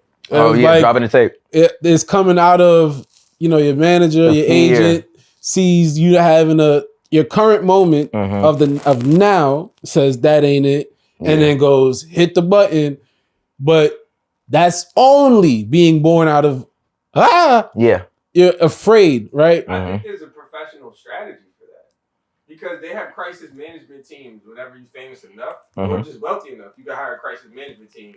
PR team. Do the same thing, right? And I think that there are PR teams who are savvy enough where they know that there is a formula for that ain't it, where there's a play. Yeah. Right? And they're like, all right, let them talk shit for like a week or two, leak a sex tape, it's gonna mind wipe everyone. Yeah. Right? And then just drop the next thing. Yeah. Is there a world where I can let them talk shit for the week or two or whatever, and then I get to also be human and be like, yeah, I bombed. Yeah, you can triple down. And then here's my next thing. Fuck you. Here's the thing. That doesn't have the same rate of success. Usually what happens is when you acknowledge that ain't it, you kill the momentum too. And when people feel like there's no momentum, especially when you're like a big act, you got a core following in the middle that you're not gonna lose, right? But a lot of where this extra money is coming from is from the people who are here for the good time, not the long time, because you're up. And you get a bunch of exponential fans just from being up. Like the more up you are, the more fans you get because they think you're up because you're up. So now you can lose 50-60% of the audience overnight because they ain't really your fans. They just fans of up niggas. Yeah. And you just happen to be one of the up niggas this season. But I think one superpower that comics have is we can pace ourselves with that type of shit because people look forward to what we got to say, especially when we take L's. Like, prime recent example is the Chris Rock one. Chris Rock didn't say nothing during the Will Smith thing. Like, for a good, like, he addressed it a little bit, but he didn't do, like, no, he could have easily done, like, a video on Instagram solving everything. He waited a year and then just did it in a special, made the bag throughout the whole time because it increased his ticket sales. So he just made that's the one superpower stand-ups have. Yeah. Whenever crazy shit happens to us, that's why I was mad at Kevin Hart when he went through that car accident and like a second divorce or some shit, and then did the special that dropped and didn't address it at all. Because he loves his kids. I get it. Yeah, he's very like... He's a commercial, for sure. Brand. No, I think no, because that's a risky play. Right? You acknowledge all this crazy shit, which is, I don't think it's going to affect his money.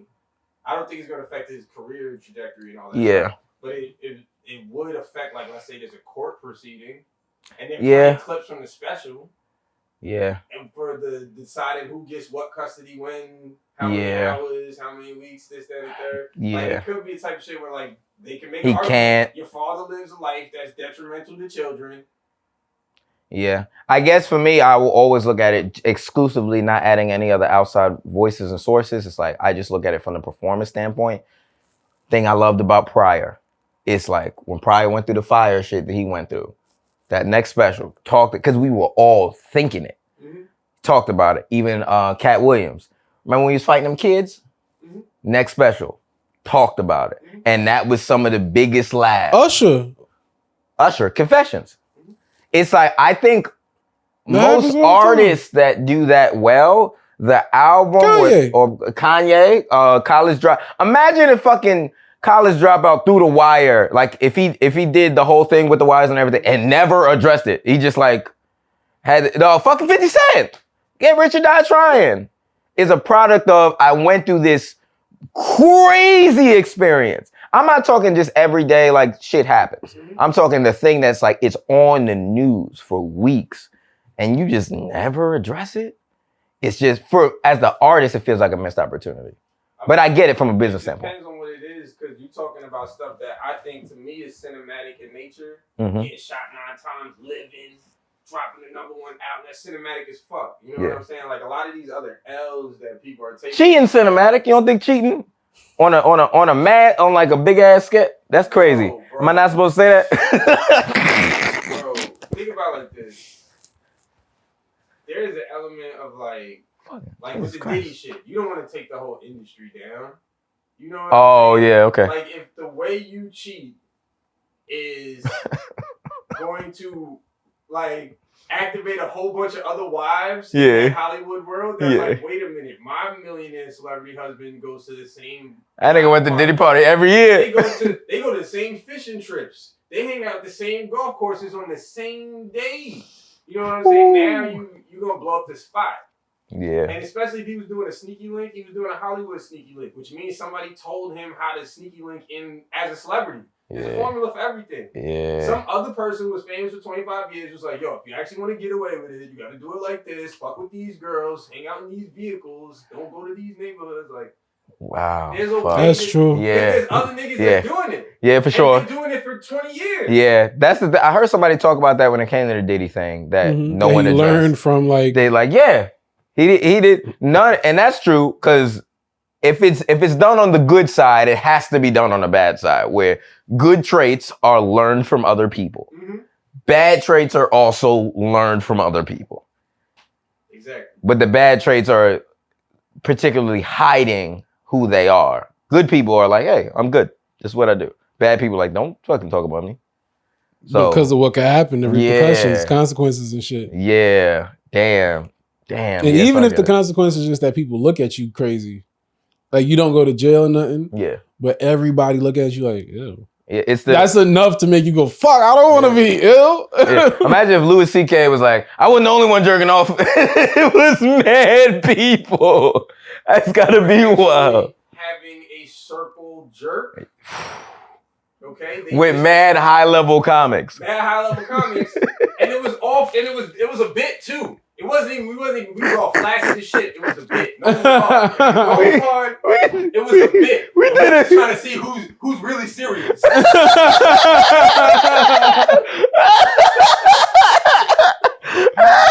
Who means it? That's funny to think some niggas like, these niggas hilarious. Fuck. That's so funny.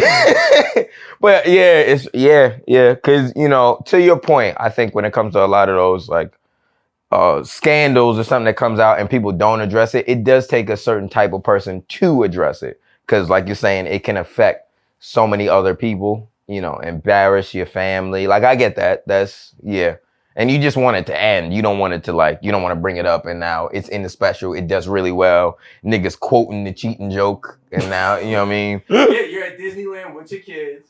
Fuck your wife. Yo, fuck your wife. Am I right? Who has it? Up top. In front of your kids with funnel cake. Yeah. Yo, fuck your wife. 2 families. That's a rough part about celebrity that you can't fathom until you reach it. It's like how insensitive audiences and people are when they're a fan. Mm-hmm. No matter what your thing is, it's like, yo, I'm here with my mom. Please stop yelling, fuck your wife. She likes her. Please stop. But people don't care, especially like college. If you got a college fan base, they don't care. No. They make it their job to. I feel like people like that, bro. That's coming from a bad part of you. What? Where you're going, you know who you are. Do the thing. Yeah, fuck your wife. And it's like, Yeah. You coming from a bad place. For sure. Yes, you are that's jealousy, envy, anger, all of that. You're coming from a negative place. Yeah. You have to know that you inspire that when you are that successful. Yeah. And you can't avoid it. Because it's always that. Think about it. Even if you don't have any fame, right? Mm-hmm. We know what the markers of physical success look like.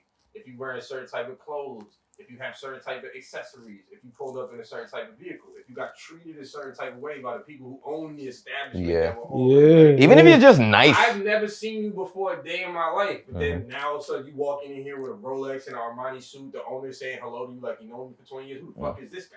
Yeah. Right? And somebody across the room, they're just seeing this shit out the corner of their eye. Now they fucking hate you for just because no reason. Straight up. Yeah. Like, he thinks he's better than me. Fuck him. Yeah. And it's like the nicest dude. You think I'm better than you. Yeah. That's the illest part. That's that they go, he think he better than me. Meanwhile, the actual translation is you think I'm better than you. Yeah. No, and the hardest part about that is you can't avoid that because that happens at every level of life. Mm-hmm. No matter what. You could just be the chill guy. Don't say nothing to nobody. Maybe you're just kind of nice. You got a barista or some shit that's nice as fuck to you. You get to skip the line sometimes. Mm-hmm. Now niggas in line are like, who the fuck do you think you are? Skipping the line. And you can't avoid that. Like, what you gonna do? Not get what you've earned? Yeah. And then it's like, then that's why you have the people that intentionally dress poor as they get wealthy. Yeah. Because they probably used to be that nigga. Yeah. And they're afraid of him coming to haunt them. Mm-hmm. And so they're like, don't let them know we have shit because they'll try to take it.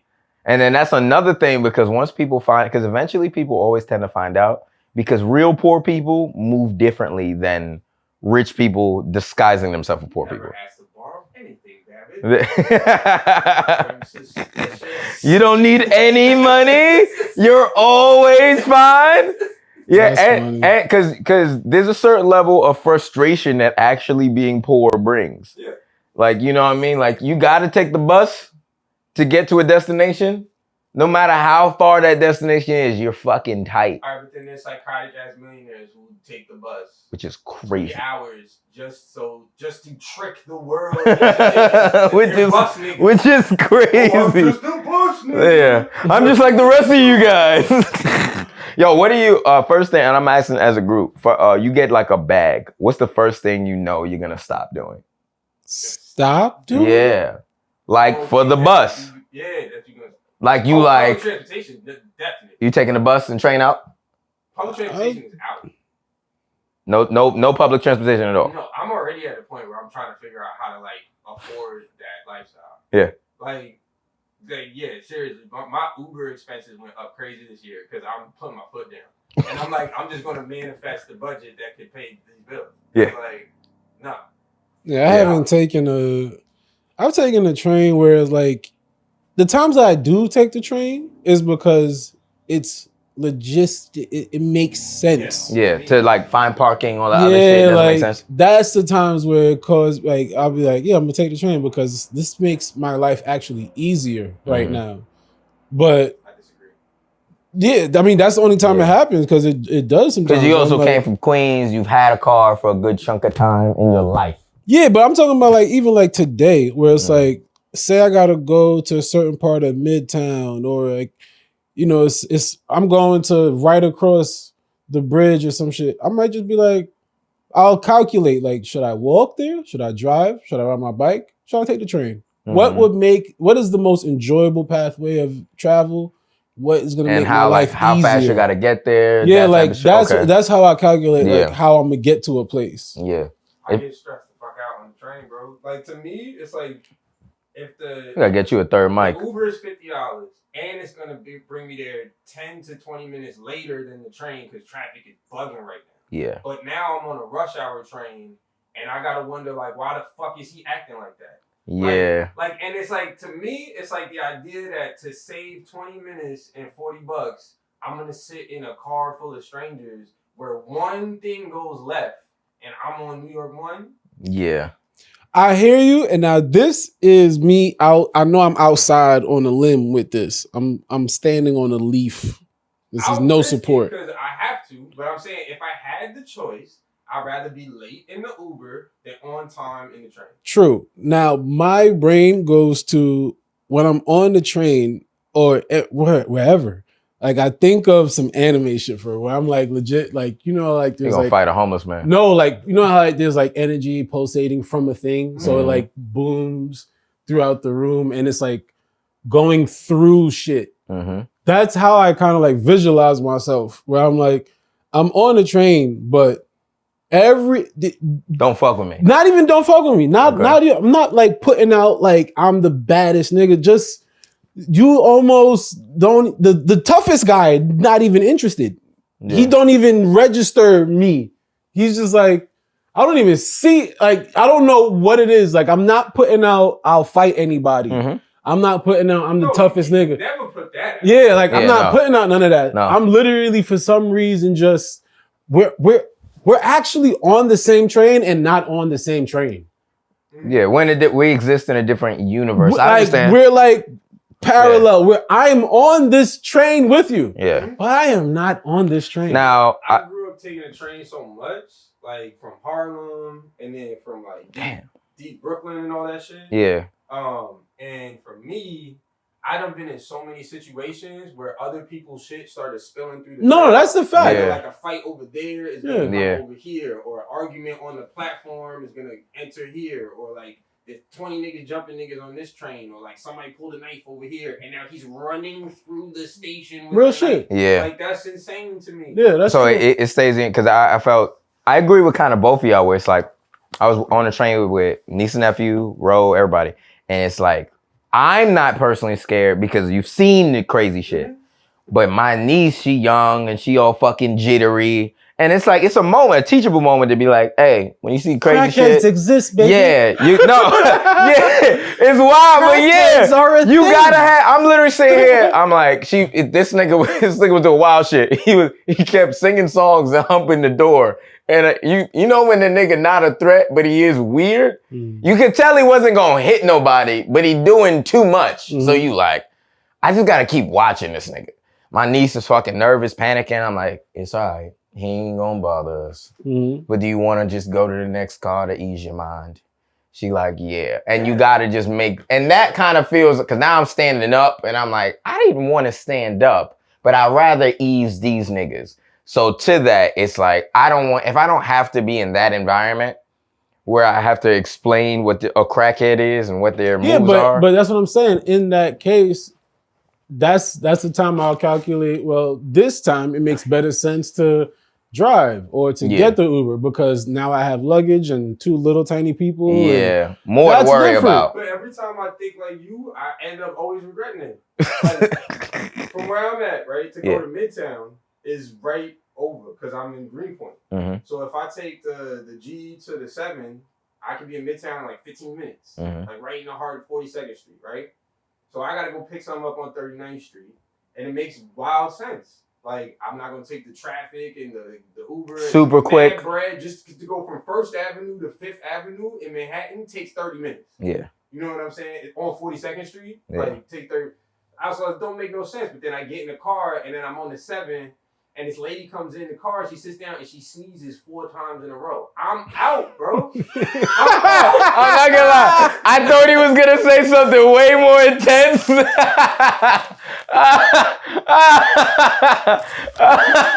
This bitch sneezing, son? Nah, cancel the train. He was gonna say turn the train off. I thought he was gonna be like, yo, that lady was butt naked, because I've seen that. Oh, shit. He just said she sneezed 4 times, not 3.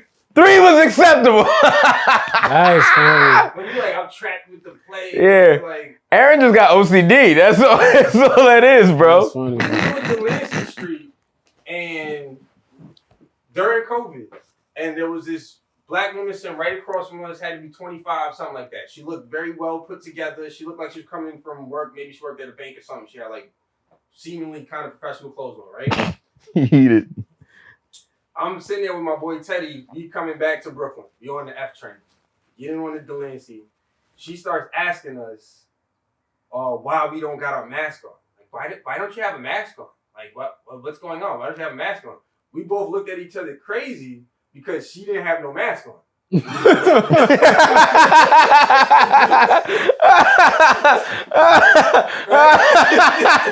That's funny. So now we're like, all right, we just gonna ignore this energy because I don't like this. So she's being super combative with us, like all attitude and everything. We ignore her. We get off of whatever station. She follows us off the train. She starts trying to talk to my boy Teddy. Now we're seriously ignoring her, right? Then she reveals that she's completely psychotic. She jumps on my boy Teddy's back like a piggyback ride. Whoa. Yo, jumps on his back like a piggyback ride, right? And he's like, hey, yo, get off of me. Like, we're trying to walk downstairs, bro. That's crazy. So he gets her off. She starts following both of us. Like, yo, what? You don't want me? Da-da-da-da-da. Then she takes her jacket off. She takes her hoodie off. She takes her pants off. Now we're downstairs on the next platform of whatever, like, you know, downstairs there's another train line or whatever. We're trying to switch to the A train. We got to get away from this bitch, right? Go to the A train platform. She followed us. She's in her underwear. Now she's screaming at everybody, right? And then she jumps in the train tracks. And then an old white lady comes out of nowhere and goes, honey, don't do it. Don't do it. Get back up here, honey. It's okay. And she comes back up. And then gets dressed and goes, fuck, I'm late. No, here's the crazy thing. She comes back up. She storms off somewhere. We get in the A train. We did. The A train takes us to J Street because the train's all fucked up. We got to switch at J Street to the G or whatever. Or in Skimmerhorn maybe or something. All right. Bro, all I know is now we at J Street and we get off on the A train waiting for the next train. And when the next train pulls up to take us deeper into Brooklyn, the doors open. She's sitting there. Still in her underwear, but now with the dude's jacket over top of her, and some random ass nigga is like,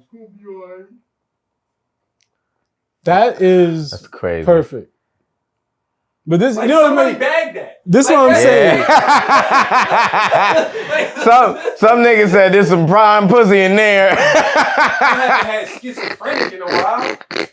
Hey, That's man. gonna be fucking 6 bitches at once. Yo. Yeah, till she stabbed you. But, like, she might not stab you immediately. Halfway through fucking, she going, like, switch back to the other person. Yeah, but you just try to time it. That nigga try to time her personalities. Oh, you're back. You're back. Got me good. Now, we went through that type of situation, and I still wasn't put off from the trains from that. That's crazy. It's not that type of shit that puts me off from the train. Yeah, the sneeze got you, though. It's a late night. what the fuck am I doing? Like, I take responsibility. Why am I coming home at 1, 2 o'clock in the morning on the train? Like, that's crackhead hour. You're allowed. You're allowed to get crackhead on Wait, yo, when does crackhead hour start? 1 a.m. 1 a.m.? 1 a.m. Officially? Midnight, niggas is still trying to get home. 1 a.m. to 4 a.m. is crackhead hour. At 4:30, niggas is going to work. That's okay. So 3 hours. Right? Yeah. That's when all hell can break loose. If you're on the train, Anything can happen. 3 hours. Hey, crack hour. And it's your fault. It's directly your fault. You get stabbed, you talk to the cop. Why were you on a crack hour? What were you Why doing? Walk into the haunted house. Like, you knew it was haunted. It's fucking crack hour. Someone ran out of there screaming, and you still walked in? That's crazy. You know what I have this thing. I notice it comes up a lot of different ways too. Comedy, school, it always came up. I pull up to whatever the shit is, wherever we at. Mm-hmm. I come to work, I come to school, I come pull up at the homeboy party or whatever, and they always go, yo, such and such just happened. Oh, you always miss it. Somebody just got punched, just got shot, just got robbed, and I show up 5, 10 minutes, 30, an hour after, miss all of that shit. The action. All of the time. Yeah, it might have been him. They All just did the a stabbing. bro. Wow, they did. I'm just hiding the knife. Yeah. That's crazy. What a coincidence. This nigga's a murderer, but like Batman, though. That shit happens a lot. You've never seen a thief and Dre at the same time. I remember like a couple times I pull up to a comedy event or whatever, and they were like, yo, such and such just snuffed such and such. I was like, what? Yeah. And then the next week, somebody just smacked the shit out of the head. Like, bro, I always am right behind the events. Nah, that's what I'm saying. It's just like, yo, that's one of the I remember, like, my mom used to get pissed because comedy, I'm starting young, I'm coming home at stupid ass crack hours. Yeah. And I told her, I just keep seeing a clock that has the 12? time frame. 12:01? Crack out. Oh, it's crack o'clock. And then, straight up. And then time to go to work. 3:59 and then work. It's like morning dew is just crack is on the ground. It's not morning dew, it's crack smoke. Take the J train at 2 a.m. Oh no, it's crazy. At Bowery? Yeah, it's crazy. No, it's crazy. It's crazy. Take the J. Yeah. And that's the time where I'll be like, I'm gonna walk home. I'm gonna ride a bike. I'm gonna get an Uber. I'm gonna drive. The E too, because the E, my mom had told me doesn't go outside for very long. Bro, that's the one I take. Okay, all the way back to Southside. Nah, the E is wild. I gotta walk because the buses are only after a certain time, every half hour or so. Yeah. And them niggas don't always stop. They'll just zoom. Because the bus stops on. Well, I remember Southside, the Sufton stop used to be like. Some buses will stop in the street and you got to come into the street because they're not going over there. It was wild. Yeah. And I'll come, that's why I'm coming home. And I'll just walk home. This mad times, bro, I dead ass walked home. Yeah. 30-minute, 40-minute walk from that area. But I would tell my moms where it's like, I'm not stressed because I'm like, if I do the thing that I'm supposed to be in line with, I'll be okay. When I step out is when I'm gonna get hit. Yeah. That's when I'm gonna get hit. Fair. That's fair. Because like I've been through some shit where it's like niggas been like, how the fuck you not like finished? How'd you end up here? And it's like, well, one, I wasn't being Billy Badass trying to be out here like I'm that nigga. So I'm already like I'm truly wrong place one time type if shit. I'm staying in my lane, I feel like I'll be all right. Yeah. No, that's fair. I feel like the time is going to deviate is when I tell my girl I'm going to Babbitt to record, but I really went down to such and such to go pick up some fuck shit. Yeah. And then I'm going to go drop off the fuck shit and then I'm going to come up to route to fuck shit is when I'm going to get slipped. I'm not going to lie. I literally think that's a universal law. Yeah. Everything that's ever truly happened that was bad to me, it was always fucking tried to sidestep. And then legitimately, that's how I'll be like, I know how to be in my orb thing. Yeah. When you try to sidestep, every time, immediate. Matter of fact, and the reverse goes when you're doing well and something bad happens. Bad things happen, but if you're doing well, it works itself out. Yeah, you be all right. Something happens where it'd be like, hey, that really wasn't supposed to happen to you. You were just close. Mm-hmm. So my bad. That's like the universe, God, whatever you believe in. My bad. We gonna hook you up. And you be all right. You be good. You be good. I remember the last time I got, this is a lie. I went to a friend's birthday party, got jumped at the party. Yeah, I remember. And then you saw me, I uploaded the picture. Yeah. I put that picture on some dating profile, nigga. The next day I had an audition.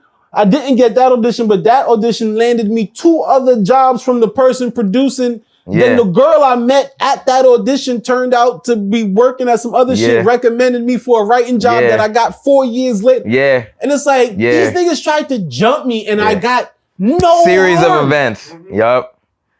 Yo, I don't know if y'all completely believe in that, but something about the way the universe works. It's rough to think about when things aren't going well, but it always works out when you do the right thing. Always. In hindsight, though, it might, and like you said. I be tripping all the time. I'm like, oh my God, why oh my God. But in like 4 years, I'll be all right. You be like, and not only you be all right, you be living in abundance. It's not just like a tit for tat. It's better than you could have come up with. Yeah. Every time. That's the only way to live, man. Yeah, I can't think of a moment where that didn't happen, but it's just hard when you're in the low, when you got to be like, damn, nigga, this about to work out. Mm-hmm. How? Because this shit is ass right now. Facts, bro. You know what I mean? So yeah. Legit. Yeah, but it's dope to acknowledge that. 5, perfect. Yeah, so like, that's the shit, bro. It's just, I'm just trying to figure out how to, because I don't think there is like, all right, religious text is that, where it's like it's supposed to be a book of how to guide yourself here. Mm-hmm. And then philosophy books have the same initiative or whatever. But you can keep finding it. But I think as stuff change, you like put little updates or whatever. And I'm just like, all right, I don't know how the fuck stuff work. How can I like be in line with the thing that's already universal laws? Yeah, like I just want to like, I'm not beating LeBron at basketball. Yeah. So, and I'm not gonna beat this nigga at being tough. No. There's somebody out there that want that title more than you, bro. And that nigga, I am not trying to run into that. And for his universe, he needs that's his thing. It's what we talked about in the last episode of the fighter, the boxer. It's the same principle, but it's like he needs to go through fights to get nice to become. But even that guy still isn't going like just fighting everybody. Yeah, because he's still gonna be like, somebody pull up on him at the store, he gonna be like, nah, I'm not gonna be tough here. Yeah. I'm gonna call the cops. I'm gonna get litigation. The dude who's going, I'm gangster no matter what. Yeah. That goes to jail. Have it, son. Goes to jail. I don't. Yeah. The nigga with licensed hands that still just try to fight strangers. I'm good. It's just like, whatever is the flow that I'm supposed to be in, I'm trying to figure out how to just find that frequency and just like be in that as much as I can. I always fuck up and fall right back off the thing. I'm trying to be like getting better at being in that thing. I think you can always, and you know, I'm talking from a person that's been on both sides. I've done fuck shit and done good shit, and it's like, I think you can always feel when you're doing the right thing, even if it isn't working out. Yeah. Like you could just feel it. You like, fuck, I know this might not be working out or whatever, but fuck it. This feels better. It's like the better of two evils. It's like losing your keys when you said, I'm going to the grocery store, and you lose your keys on the way either to or back from the grocery store. Yeah. You'd be like, fuck, I lost my keys. But if you lose your keys on the way to doing some bullshit, when you said you going to the grocery store. And it happens just in that, that's the crazy part. That's when you be like, not my keys, man. Anything, and it happened just like that. I need y'all to know, every fucked up thing that has ever happened, it's always little shit. That's when you really be like, Lord, anything but my keys. My fucking... my ID. No, where is it? My ID. agreed. Because you think of the worst. You be like, shit, did it fall here? Debit card at the strip club. Yo, and your ass is going to the fucking eye doctor. How you strip? How you Because now eventually you got to make a call to the strip club and your girl like, hey, why'd you call the strip club took 30 minutes? I don't know. I think someone stole my wallet. And you mean that ain't Domino's? I thought that was Domino's. I was trying to order pizza, baby. Yo, that is the one, and that's one of those universal rules of like when you doing fuck shit, when you do somebody wrong, when you steal something, son. And if you feel, I found this to be true too. If you feel wrong about it, addressing it solves it a little bit. Yeah, that's a good one too. That's even if you just feel bad, you like, even if it wasn't that bad, because sometimes it can be bad to you, but it's not bad to another person. Like you talk to somebody crazy, you be like, damn, I kind of feel like I might have hurt your feelings. Yeah, my bad. My bad. Did I hurt your feelings? And you be like, no, not really, but thank you for saying something. Yeah, that's we'll true. Address it, and then the universe will be like, all right. Because you don't feel bad no more, they don't feel bad, and then that may bring y'all together. The universe was dead ass about to slap and they like, you said sorry, but all right. Yeah. I'm about to smack the fuck out you, Justin. You better, Yo, that's one thing. Universe is undefeated. You think you got hands? Wait for the universe to beat your ass, bro. That's mad funny. It's gonna hit you hard, no matter what your shit is, bro. When you do wrong, it might take a little while, because sometimes the universe be plotting on niggas. Oh, yeah. You're like, all right, I'm gonna catch you in 30 years. That is funny, bro. Yeah, bro. Honestly, look at what's happening with the Diddy situation. Yeah. We could talk about like whether or not the allegations end up being proven or not. We know that he was doing business in ways that was rubbing certain people wrong. Right? Yeah. We know that he was doing different operations where he didn't really give a fuck about certain people's feelings and how they felt about this, that, and third. He was selfish with a lot of his career moves and shit like that. There's a lot of niggas in his wake that have not so positive things to say about him because, they're like, yo, he was an asshole. He treated me this way. He treated me that way. And then there's a bunch of people that loved the shit out of him. He saved their life. He paid their bills. He treated them amazing. They got nothing but love for him and all that stuff. But it doesn't outweigh it, it looks like, so far. It can still hit you. You know what I'm saying? It can still, and when you get like the universal level power on effect, don't matter how much money you got, don't matter how much fame you got, don't matter this, they hit him with the lawsuit. He paid 10 figures or 8 figures or some crazy amount of bread, right? Yeah. Meet the next day, right? Yeah. Then another lawsuit came up, then another lawsuit, then another. So now he's like, all right, whack-a-mole. He's like, nigga, I'm still a billionaire. Send the lawyers at him. Fuck all these niggas. Send the lawyers at him. Then the feds was like, y'all have no idea. Yeah. Because you can't send no lawyers to me. Yeah. Then the feds come. They raid the crib. Now none of the non-disclosure agreements are valid because it's a criminal investigation. So everything that you paid niggas to shut up about, all your worldly possessions are gone. Outside, they leaked the video of you slapping a girl up and down the hallway in a hotel. So now, and it's happening back to back to back. You're losing the court of public opinion. You're losing that. Because there's people like Snoop Dogg. Yeah. Like, he went through a murder trial. Yeah. Like, he went through shit in his life, but it was spread out. Yeah. And he's still able to enjoy. Even when he called, what's her name, Gail, a dog-faced bitch, he apologized. He apologized for it, but, like, his shit just, he overcame the hardest thing in his life, which was the murder trial. And then from there, he's kind of just been pretty positive. Coasted, right? With Diddy, he had the shooting here or the whatever, like there was things happening. The shit with Mace, There's a lot of shit happening around him. A lot of people dying around him, right? But he was never in a situation where he was ever charged with murder or he was ever actually shot. Yeah. You know what I'm saying? Or anything like 50 Cent went through or anything like that for like 35 years. Yeah. And now he's getting hit with everything. Like 50 got shot 9 times before the fame for real. The shit. And now he just gets to be a TV mogul who makes memes about Diddy and laughs. Yeah. Yeah.